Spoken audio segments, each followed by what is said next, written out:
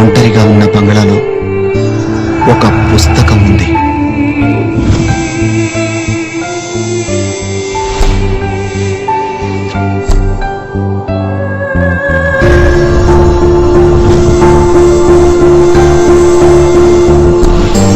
ఆ పుస్తకం ఆ బంగ్లాలోకి వచ్చిన వారందరికీ ఈ నలుగురు ఎలా చనిపోయారు అనే కథ చెప్పి చంపేస్తుంది.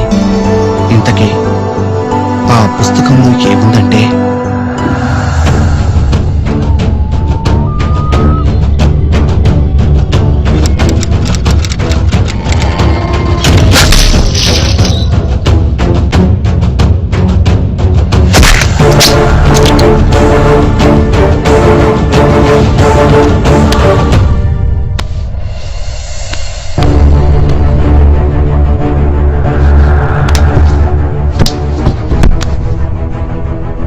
మొన్న,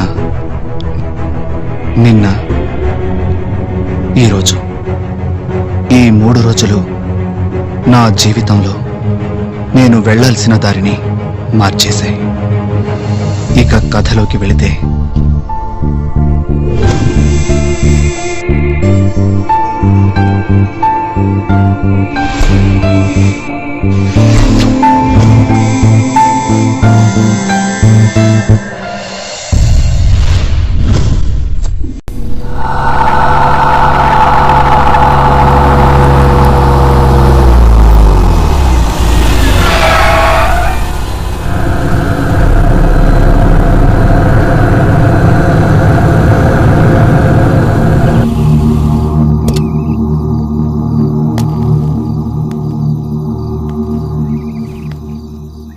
నా జీవితంలో మొన్న మొదలైన కథ. హలో, సమయం సాయంత్రం 6:45. నా పేరు విక్రమ్. నేను ఒక పెద్ద డైరెక్టర్ కావాలన్నది నా కోరిక. తెలియడం లేదు. దానిలో భాగంగానే లొకేషన్ కోసం తిరిగి దారి తప్పి ఇక్కడికి వచ్చాను. ఈ బంగ్లా నాకు చాలా బాగా నచ్చింది. చుట్టుపక్కల ఎవరన్నా కనిపిస్తే అడుగుదాం అనుకుంటే నా కథని నేను చెప్పడం కన్నా నాతో పాటు మీరు కూడా చూడండి. సరే, నేను లోపలికి వెళ్తున్నా. లైన్లో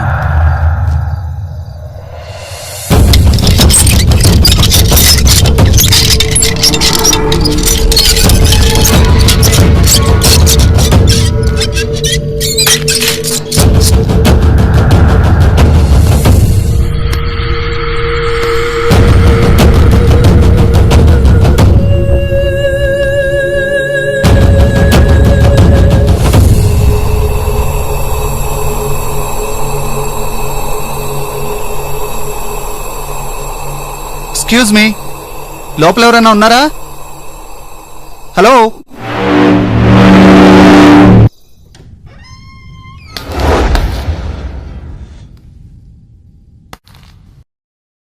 హలో, లోపల ఎవరైనా ఉన్నారా? ఎవరైనా ఉన్నారా సార్? అదే చూస్తున్నాను. లోను కూడా ఎవరు ఉన్నట్లేరు.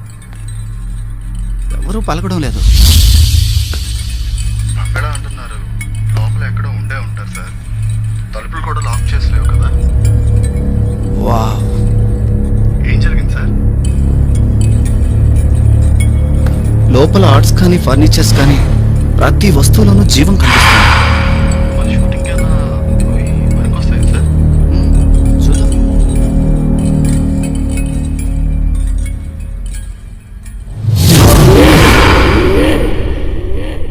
సూపర్.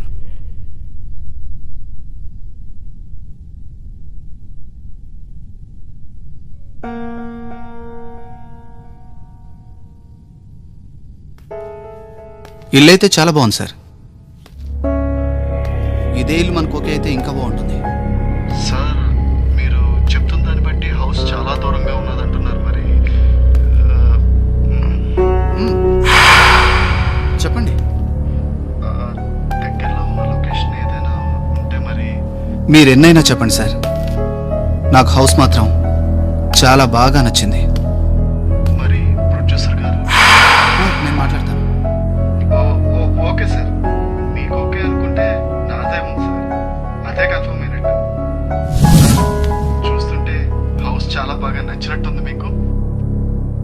ఈ హౌస్ నాకు బాగా నచ్చింది.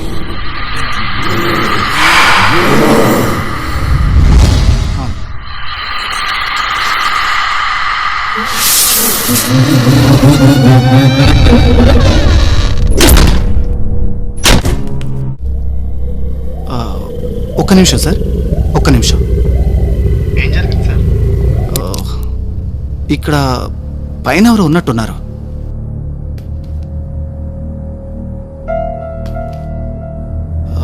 నేను మీకు మళ్ళీ కాల్ చేస్తాను. Okay sir.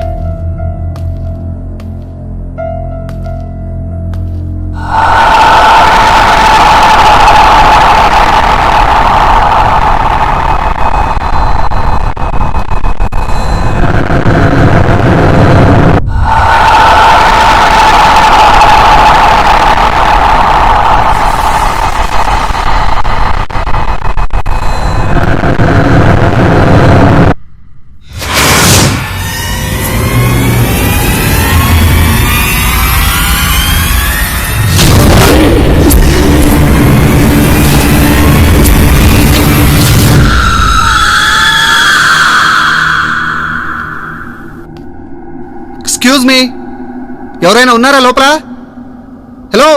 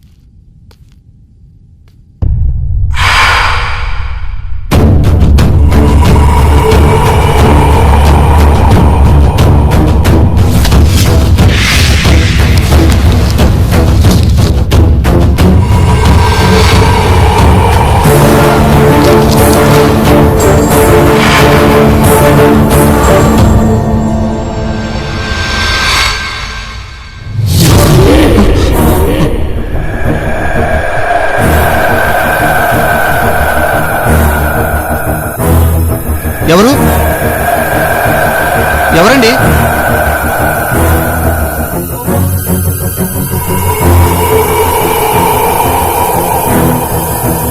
ఎవరైనా ఉన్నారా?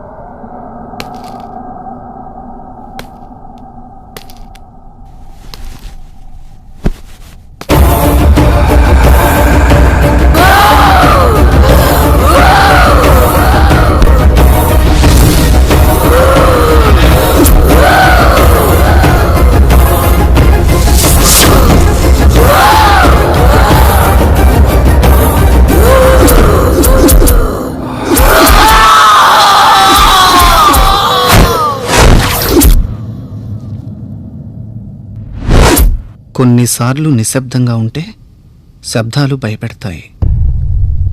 కొన్నిసార్లు ఎవరూ లేకపోతే వస్తువులు భయపెడతాయి. నిజానికి భయం ఉందని నమ్మితే దయ్యం కూడా ఉంది.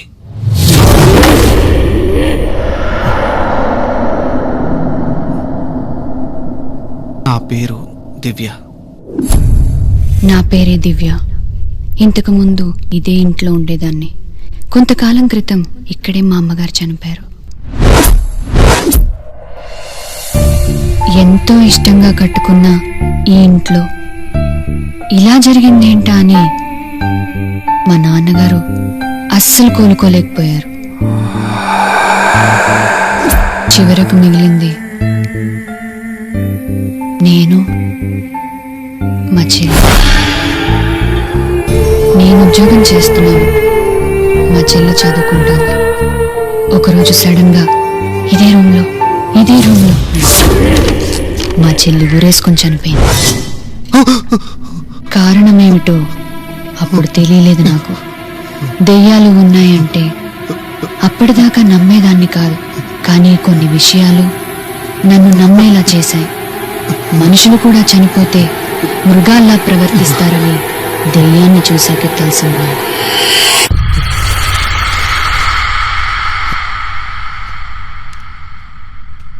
ఒకసారి నాకు జరిగిన సంఘటన.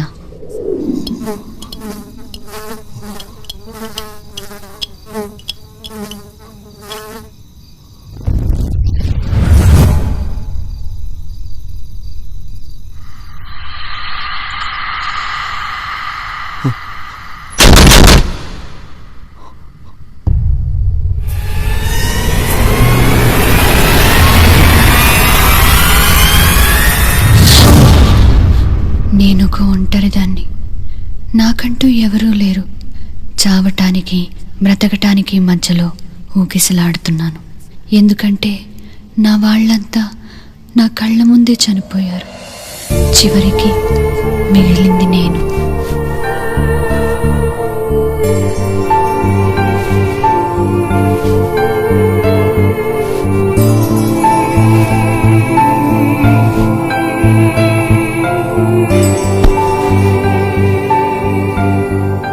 నేను ఏదో ఒకరోజు చావాల్సిందే కదా అని అలా బ్రతికేస్తున్నాను. ఎందుకో తెలీదు, నిద్ర ఎరుగని నా కంటికి ఆ రోజు నాకు రాత్రి నిద్ర రెండూ ఒకేసారి మొదలయ్యాయి. ఆలోచిస్తూ కళ్ళు మూసుకున్నాను. అలా మెల్లగా నిద్రలోకి జారుకున్నాను.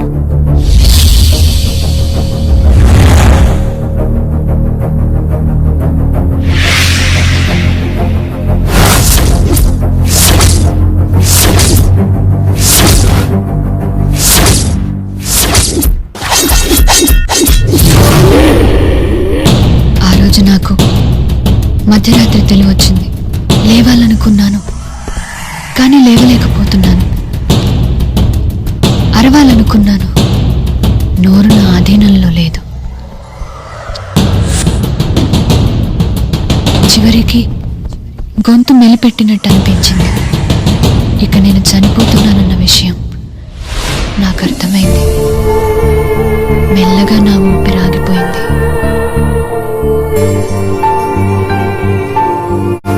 అంతే, నేనిక లేను. అసలు నేను నా కుటుంబం మొత్తం చనిపోవడానికి కారణం ఇక్కడ ఉన్న ప్రేతాత్మే. తను ఇక్కడే ఉంది, ఈ ఇంట్లోనే ఉంది. బయటికి ఇల్లులా కనిపించిన ఇది ఇల్లు కాదు, శ్మశానం. ఇది ఈ పుస్తకం చదవటం పూర్తయిన వెంటనే తను మీకు కనిపిస్తుంది. కానీ భయపడి చనిపోకండి, ధైర్యంతో పోరాడి బయటపడండి. ఇది చెప్పటానికే నేను ఈ పుస్తకాన్ని రాశాను.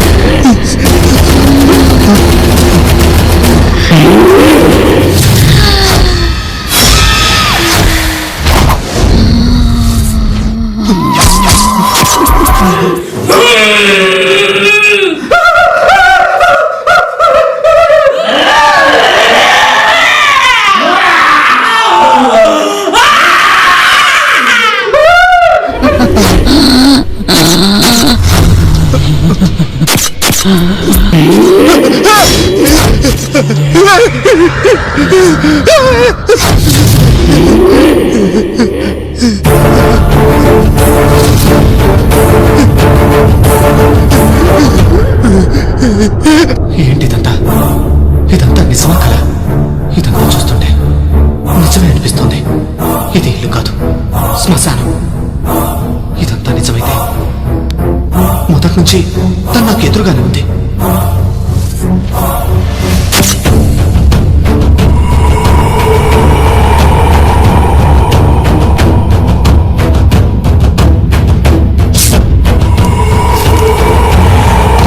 తను ఇక్కడే ఉంది. నేను కానీ బతుకుంటాను, చంపేస్తున్నా. నా చావు నా పక్కనే ఉన్నట్టుంది.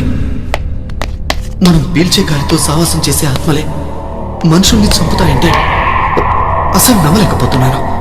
నేను ఇక్కడి నుంచి బయటపడగలనా? నేను బతకాలి అంటే ముందు నేను ఇక్కడి నుంచి బయటపడాలి. నేను బయటపడాలి.